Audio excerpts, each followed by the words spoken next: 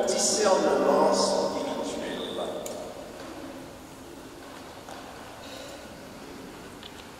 Bien-aimés, dans le domaine spirituel, on parle souvent du discernement et plus encore du don de discernement des esprits, qui présente une particularité que nous verrons un peu plus loin. Nous allons donc nous référer au verset 1, Corinthiens 12, 4 à 11. De quoi s'agit-il? Le discernement spirituel, c'est une grâce donnée par le Saint-Esprit qui permet de distinguer non seulement le bien et le mal, ce qui est bon de ce qui ne l'est pas, et aussi de percevoir ce qui est caché.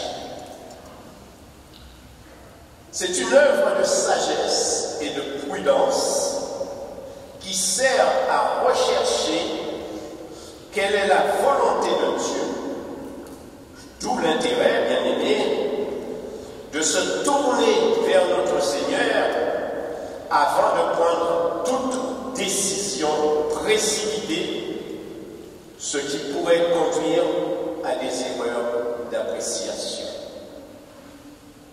L'Écriture nous dit dans Romains 12, 2, « Ne vous conformez pas au siècle présent, mais soyez transformés par le renouvellement de l'intelligence, afin que vous discerniez quelle est la volonté de Dieu, ce qui est bon, agréable et parfait. » Pourquoi? Parce que venant à Dieu avec le cœur humble, il va éclairer notre conscience et renouveler notre intelligence par sa parole et son esprit pour nous amener à discerner les choses selon ses desseins et atteindre ainsi nos objectifs. Et j'ai bien précisé, selon ses desseins, selon ce qu'il a prévu, selon sa volonté. Amen. Ainsi, contrairement à ceux qui ne connaissent pas Dieu, nous bénéficions à la fois des grâces divines, des promesses de Dieu, de ses richesses et la réussite dans tout ce que nous entreprenons. À l'exemple du roi David, qui lui n'entreprenait rien sans avoir consulté l'Éternel, la permission d'attaquer les Philistins, et ça se passe dans l'Ancienne Alliance, et la promesse de victoire qu'il avait reçue de Dieu était claire, et finalement sa victoire a été éclatante. 1 Chroniques 14, versets 9 à 10, vous pouvez lire en entier. Ceci atteste bien que nous avons besoin d'être éclairés en permanence par l'Esprit de Dieu pour avoir l'assurance de réussir. Amen. Il est écrit dans Jean 15, 5, « Sans moi, vous ne pouvez rien faire. » Bien-aimé, la méconnaissance de la parole de Dieu, le manque de discernement et de sagesse, écoutez bien, sont souvent la cause de nos mauvaises décisions, de nos mauvais choix et de nos échecs. Oui, en effet, parce que nous ne connaissons pas la parole de Dieu, parce que nous n'avons pas de discernement, nous faisons des choix comme ça nous vient dans la tête et nous passons à côté. Dieu, dans sa lumière, cet esprit nous éclaire. Mais si nous voulons faire selon nos propres pensées, il y a de fortes chances que nous puissions échouer. Il est écrit encore dans Osée, chapitre 4, verset 6, « Mon peuple périt par manque de connaissance. » Si notre confiance est basée entièrement sur Jésus, lui qui est notre seule référence, notre seule véritable référence, nous chercherons à l'imiter et, éclairés par l'Esprit, nous pourrons mieux discerner les choses en nous appuyant sur sa parole et en priant avec une foi active. Amen. En effet, mon frère, ma soeur, comment peux-tu discerner la vérité du mensonge ou le vrai du faux? Comment pourras-tu discerner ce qui est bien et ce qui est mal si tu ne connais pas Dieu et si tu ne connais pas sa parole? Tu vas te baser sur toi-même, sur tes pensées. Les pensées de l'homme ne sont pas celles de Dieu. Il est dit au psaume 119, verset 105, « Ta parole est une lampe à mes pieds et une lumière sur mon sentier. » Nous avons parlé tout à l'heure de la lumière de Dieu. Bien-aimé, Jésus était en constante communion avec le Père et il le priait nuit et jour. D'ailleurs, c'est après avoir passé toute la nuit à prier Dieu son Père que Jésus a pu discerner et choisir ses apôtres. Jésus n'est pas allé, ils étaient une foule, Jésus n'a pas dit toi, viens ici. Non. Il a prié le Père toute la nuit, il a été éclairé par l'Esprit de Dieu et il a pu discerner qui il devait choisir. Amen. C'est d'ailleurs par le discernement encore qu'il devançait ses adversaires à chaque fois que ceux-ci cherchaient à le piéger dans des questions ambiguës. Vous l'avez lu. À chaque fois, les Juifs voulaient piéger Jésus. Mais le discernement qu'il avait lui permettait de savoir ce que eux pensaient et il leur répondait en fonction. Amen. Mon frère, ma soeur, si tu ne pries pas le Seigneur, si tu n'as pas de relation personnelle avec lui, comment peux-tu croire en son amour, en sa miséricorde? Comment peux-tu reconnaître sa voix de celle des ténèbres? Parce que les ténèbres nous parlent aussi. Et nous devons, en tant qu'enfants de Dieu, pouvoir discerner si ce que nous entendons vient de Dieu ou vient du diable. Amen.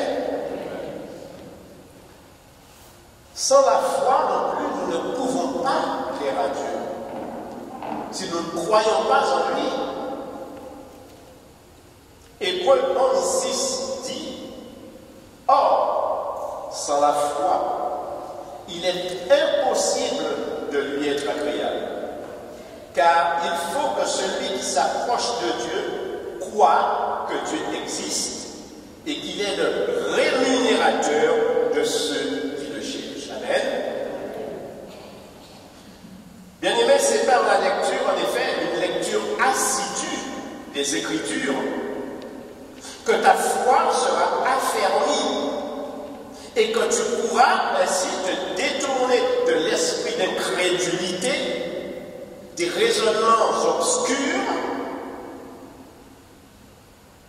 et t'approcher davantage chaque jour de la lumière de Dieu.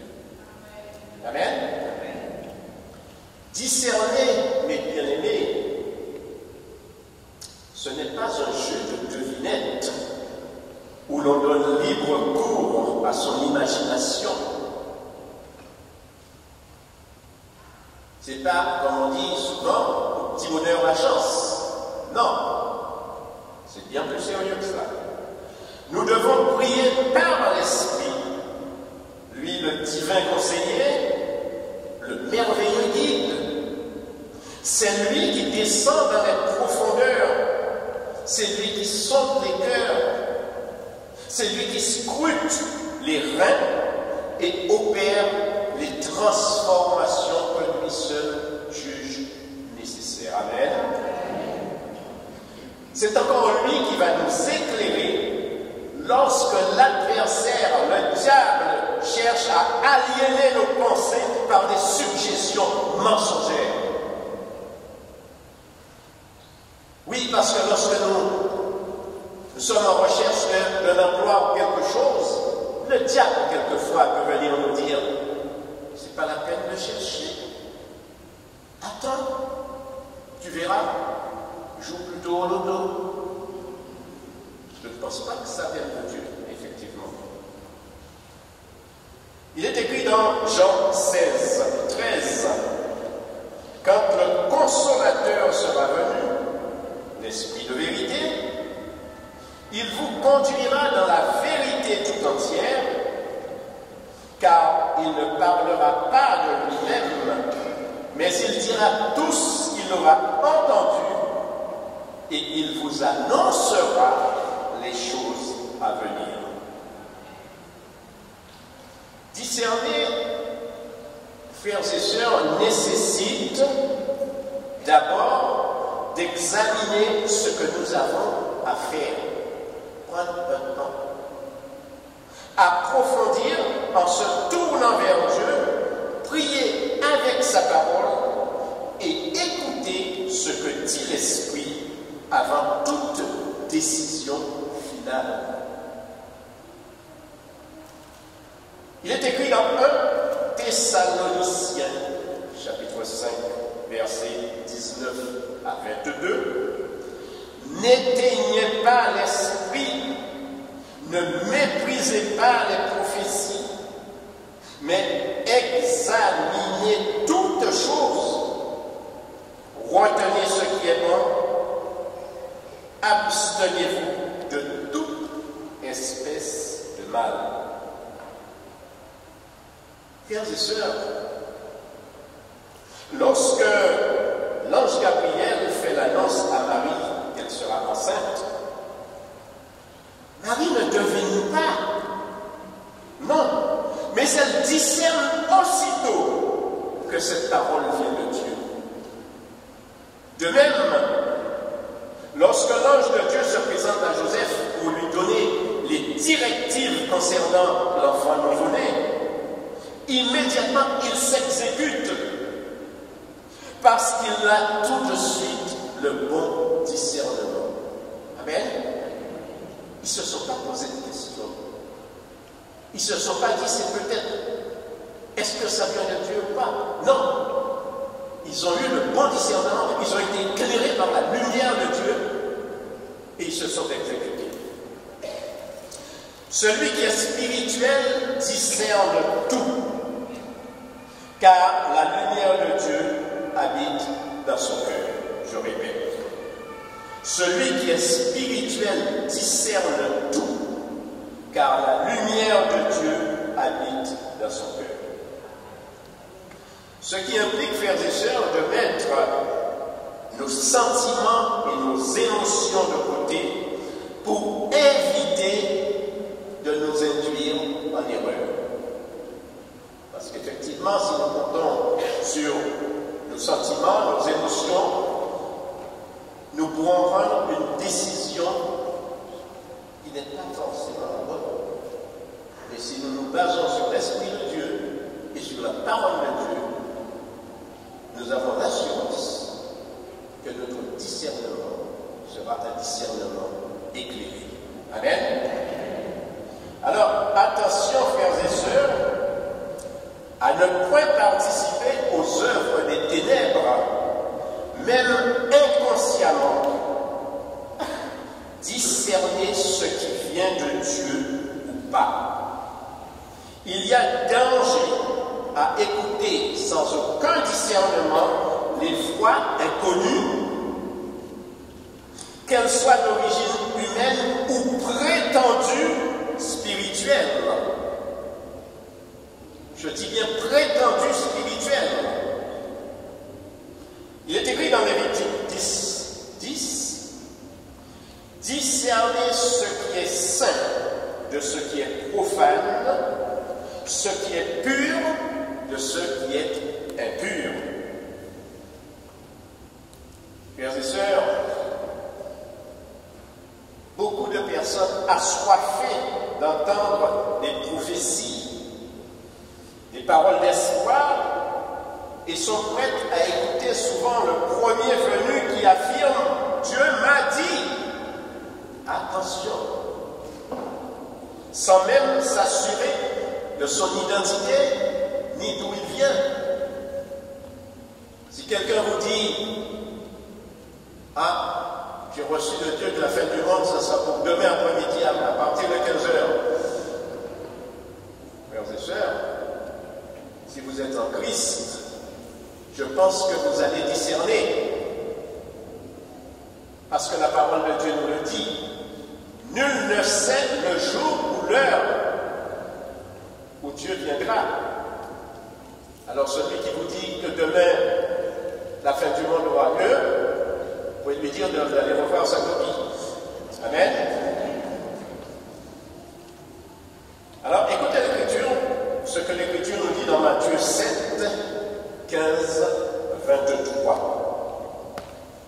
Gardez-vous des faux prophètes. Ils viennent à vous en vêtements de brebis, mais au-dedans, ce sont des loups ravisseurs. Vous les reconnaîtrez à leurs fruits. On ne cueille pas des raisins sur des épines ou des figues sur des chardons. C'est la parole de Dieu qui le dit, frères et sœurs. Amen. Alors, je vais vous parler du discernement des esprits. Dans le discernement spirituel, il est important de parler du discernement des esprits.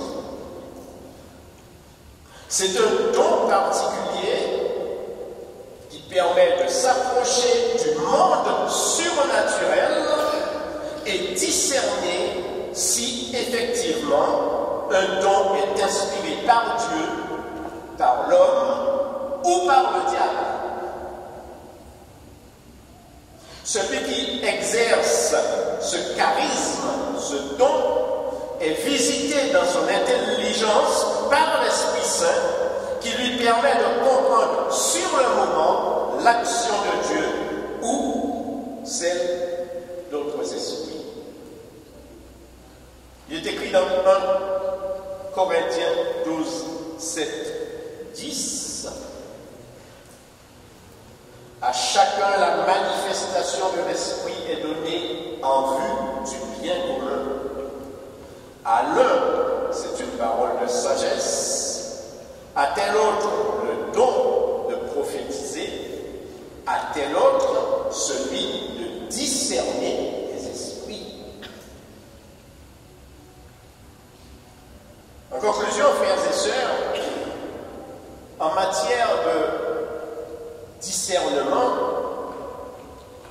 une importante mise en garde s'impose. Pourquoi? Écoutez bien, il y a 3 genres d'esprits qui agissent de manière différente et incompatible les unes des autres. D'abord, vous avez l'Esprit Saint, qui est l'Esprit de Jésus, qui reçoit même adoration, même gloire que le Père et le Fils. L'Esprit à qui Jésus nous a confié. Il y a deuxièmement l'esprit de l'homme, avec sa raison et ses sentiments, l'homme qui est dominé par la chair et ses convoitises. Et enfin, il y a l'esprit du mal ou esprit des ténèbres Satan et ses démons qui sont chargés de conduire nos âmes à la mort éternelle, c'est-à-dire à la perdition. Donc vous devez, en tant que chrétien,